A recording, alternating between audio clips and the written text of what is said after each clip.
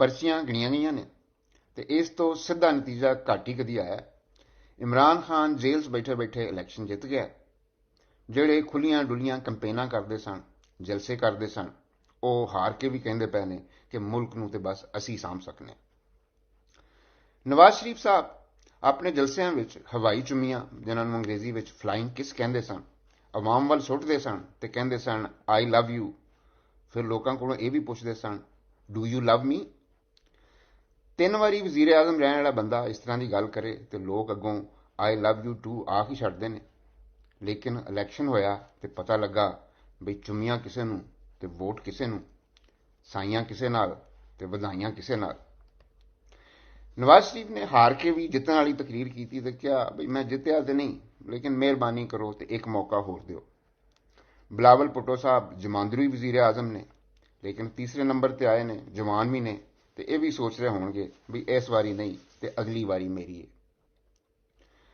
ਲੋਕਾਂ ਨੇ ਨਵਾਜ਼ ਸ਼ਰੀਫ ਨੂੰ ਜਾਂ ਬਿਲਾਵਲ ਨੂੰ ਨਹੀਂ ਹਰਾਇਆ, ਬਲਕਿ ਕਾਫੀ ਵੋਟ ਵੀ ਪਾਏ ਨੇ। ਉਹਨਾਂ ਨੇ ਹਰਾਇਆ ਉਹਨਾਂ ਨੂੰ ਹੈ ਜਿਨ੍ਹਾਂ ਦਾ ਖਿਆਲ ਸੀ ਵੀ ਉਹ ਜਿਹਨੂੰ ਚਾਹਣ ਜਿਤਵਾ ਦੇਣ। ਪਹਿਲੇ ਉਹ ਆਂਦੇ ਸਨ ਵੀ ਨਵਾਜ਼ ਸ਼ਰੀਫ ਚੋਰ ਹੈ, ਮੋਦੀ ਦਾ ਯਾਰ ਹੈ। ਫਿਰ ਇਲੈਕਸ਼ਨ ਤੋਂ ਪਹਿਲੇ ਉਹਨੂੰ ਨਵਾ ਧਵਾ ਕੇ ਅੱਗੇ ਕਰ ਛੱਡਿਆ ਤੇ ਲੋਕਾਂ ਨੂੰ ਕਿਹਾ ਵੀ ਇਹ ਲਓ ਤੁਹਾਡਾ ਅਗਲਾ ਵਜ਼ੀਰ ਆਜ਼ਮ। ਹੁਣ ਪਾਕਿਸਤਾਨੀਆਂ ਨੂੰ 5-7 ਸਾਲ ਬਾਅਦ ਹੀ ਵੋਟ ਪਾਉਣ ਦਾ ਮੌਕਾ ਮਿਲਦਾ ਹੈ ਤੇ ਇਲੈਕਸ਼ਨ ਵਿੱਚ ਧਰੋ ਵੀ ਹੁੰਦਾ ਹੈ, ਧਾਂਦਲੀ ਵੀ ਹੁੰਦੀ ਹੈ, ਵੋਟ ਵਿਕਦੇ ਵੀ ਨੇ, ਲੇਕਿਨ ਲੋਕ ਆਪਣੀ ਕਾਰਡ ਕੱਢ ਹੀ ਲੈਂਦੇ ਨੇ। ਇਸ ਇਲੈਕਸ਼ਨ ਵਿੱਚ ਉਹਨਾਂ ਨੇ ਇਮਰਾਨ ਖਾਨ ਨੂੰ ਵੋਟ ਪਾ ਕੇ ਕਾਫੀ ਸਾਰੀ ਝੱਸ ਵੀ ਲਈ ਹੈ। ਸਾਡੇ ਵਰਦੀ ਵਾਲੇ ਸਿਆਣੇ ਦਾ ਖਿਆਲ ਸੀ ਵੀ ਇਮਰਾਨ ਖਾਨ ਤੋਂ ਬਗੈਰ ਉਹਦੀ ਪਾਰਟੀ ਕੋਈ ਸ਼ੈ ਨਹੀਂ, ਇਹਦੇ ਅਗਵਾਨਾਂ ਨੂੰ ਯਲਕਾ ਦਿਓ, ਤੇ ਕਾਫੀ ਯਰਕ ਕੇ ਘਰ ਬਹਿ ਵੀ ਗਏ।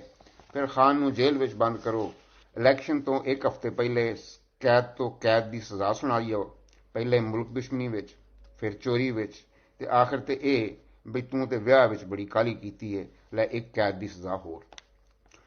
ਉਹਨਾਂ ਦਾ ਖਿਆਲ ਸੀ ਵੀ ਲੋਕਾਂ ਨੂੰ ਪਤਾ ਲੱਗ ਗਿਆ ਵੀ ਖਾਨ ਹੁਣ ਪੱਕਾ ਜੇਲ੍ਹ ਵਿੱਚ ਹੈ ਤੇ ਇਹਨੇ ਵਜ਼ੀਰ ਆਜ਼ਮ ਨਹੀਂ ਬਣਨਾ, ਤੇ ਲੋਕਾਂ ਨੇ ਘਰੋਂ ਹੀ ਨਹੀਂ ਨਿਕਲਣਾ। ਉੱਤੋਂ ਉਹਨਾਂ ਦਾ ਇੱਕ ਹੋਰ ਵੀ ਖਿਆਲ ਸੀ ਕਿ ਪਾਕਿਸਤਾਨੀ ਉਜੱਡ ਕੌਮ ਹੈ ਤੇ ਖਾਨ ਦਾ ਬੱਲਾ ਖੋਲੋ ਤੇ ਵੋਟ ਵਾਲੀ ਪਰਚੀ ਤੇ ਉਹਨਾਂ ਨੂੰ ਖਾਨ ਦਾ ਉਮੀਦਵਾਰ ਹੀ ਨਹੀਂ ਲੱਭਣਾ। ਖਾਨ ਦੇ ਉਮੀਦਵਾਰਾਂ ਨੂੰ ਇਲੈਕਸ਼ਨ ਸਿੰਬਲ ਇੰਜ ਵੰਡੇ ਗਏ ਜਿਵੇਂ ਕਿਸੇ ਗਰੀਬ ਦੇ ਘਰ ਦਾ ਸਮਾਨ ਹੁੰਦਾ, ਕਿਸੇ ਨੂੰ ਮੰਜੀ, ਕਿਸੇ ਨੂੰ ਪੀੜੀ, ਪਿਆਲਾ, ਪਲੇਟ, ਖੋਤਾ ਗੱਡੀ, ਕਿਤੇ ਮਾਲਟਾ ਤੇ ਕਿਤੇ ਗਾਜਰ।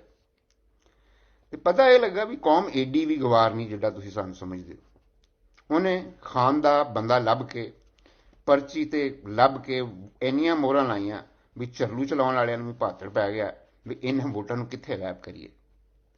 ਖਾਨ ਆਪ ਤੇ ਜੇਲ੍ਹ ਵਿੱਚ ਗਾਇਬ ਕਰਤਾ ਸੀ, ਲੇਕਿਨ ਉਹਨੇ ਜੇਲ੍ਹ ਬੈਠੇ ਬੈਠੇ ਸਾਰਿਆਂ ਨੂੰ ਵਕਤ ਪਾ ਛੱਡਿਆ। ਪਾਕਿਸਤਾਨ ਦੇ ਹਰ ਸਿਆਸਤਦਾਨ ਨੂੰ ਕਦੀ ਨਾ ਕਦੀ ਜੇਲ੍ਹ ਕੱਟਣੀ ਪੈਂਦੀ ਹੈ। ਖਾਨ ਦੇ ਵੈਰੀਆਂ ਨੂੰ ਸਭ ਤੋਂ ਵੱਡੀ ਆਸ ਇਹ ਸੀ ਬਈ ਇਮਰਾਨ ਖਾਨ ਹਮੇਸ਼ਾ ਇੱਕ ਮਲੂਕ ਜਿਹਾ ਮੁੰਡਾ ਰਿਹਾ ਹੈ, ਇਹਨੇ ਕਦੀ ਸਖਤੀ ਝੱਲੀ ਨਹੀਂ। ਜਵਾਨੀ ਵਿੱਚ ਵਲਾਇਤ ਰਿਹਾ ਹੈ, ਉੱਥੇ ਵੀ ਸ਼ਹਜ਼ਾਦਿਆਂ ਤਰ੍ਹਾਂ, ਬਲਕਿ ਇੰਜ ਲੱਗਦਾ ਸੀ ਵੀ ਮਲਕਾ ਬਰਤਾਨੀਆ ਨੇ ਕੁਛੜ ਲਿਆ ਹੋਵੇ। ਪਾਕਿਸਤਾਨ ਵਿੱਚ ਵੀ ਇੱਕ ਵੱਡੇ ਪਹਾੜ ਤੇ ਹਵੇਲੀ ਬਣਾ ਕੇ ਰਹਿੰਦਾ ਹੈ। ਉੱਤੋਂ ਇਹ ਵੀ ਕਹਿੰਦੇ ਸਨ ਵੀ ਥੋੜਾ ਜਿਹਾ ਅਯਾਸ਼ ਆਦਮੀ ਹੈ, 4 ਦਿਨ ਜੇਲ੍ਹ 'ਚ ਰਹੇਗਾ, ਸਿੱਧਾ ਹੋ ਜਾਏਗਾ, ਪੈਰੀ ਪਏਗਾ ਤੇ ਮਾਫੀ ਮੰਗ ਕੇ ਪਾਸੇ ਹੋ ਜਾਏਗਾ। ਹੁਣ ਸਾਨੂੰ ਨਹੀਂ ਪਤਾ ਵੀ ਖਾਨ ਸਾਹਿਬ ਨੂੰ ਜੇਲ੍ਹ ਵਿੱਚ ਕੋਈ ਛੋਟੀ ਮੋਟੀ ਅਯਾਸ਼ੀ ਦੀ ਸਹੂਲਤ ਹੈ ਕਿ ਨਹੀਂ, ਲੇਕਿਨ ਇਲੈਕਸ਼ਨ ਦੇ ਰਿਜ਼ਲਟ ਤੇ ਉਹਨਾਂ ਨੂੰ ਜੇਲ੍ਹ ਵਿੱਚ ਪਹੁੰਚ ਹੀ ਗਏ ਹੋਣਗੇ। ਤੇ ਸਿਆਸਤਦਾਨ ਭਾਵੇਂ ਜੇਲ੍ਹ ਵਿੱਚ ਹੋਵੇ ਜਾਂ ਬਾਹਰ, ਏਡਾ ਵੱਡਾ ਇਲੈਕਸ਼ਨ ਜਿੱਤਣ ਤੋਂ ਵੱਡੀ ਅਯਾਸ਼ੀ ਤੇ ਕੋਈ ਹੋ ਹੀ ਨਹੀਂ ਸਕਦੀ। ਤੇ ਹੁਣ ਬਾਕੀ ਸਿਆਸਤਦਾਨ ਹੁਕੂਮਤ ਬਣਾਉਣ ਲਈ ਨਸ ਭੱਜ ਜੋੜ ਤੋੜ ਕਰ ਰਹੇ ਨੇ ਤੇ ਜੇਲ੍ਹ ਵਿੱਚ ਬੈਠਾ ਇਮਰਾਨ ਖਾਨ ਹੱਸ ਰਿਹਾ ਤੇ ਨਾਲ ਡੰਡ ਬੈਠਕਾਂ ਲਾ ਕੇ ਅਗਲੇ ਮੈਚ ਦੀ ਤਿਆਰੀ ਕਰ ਰਿਹਾ।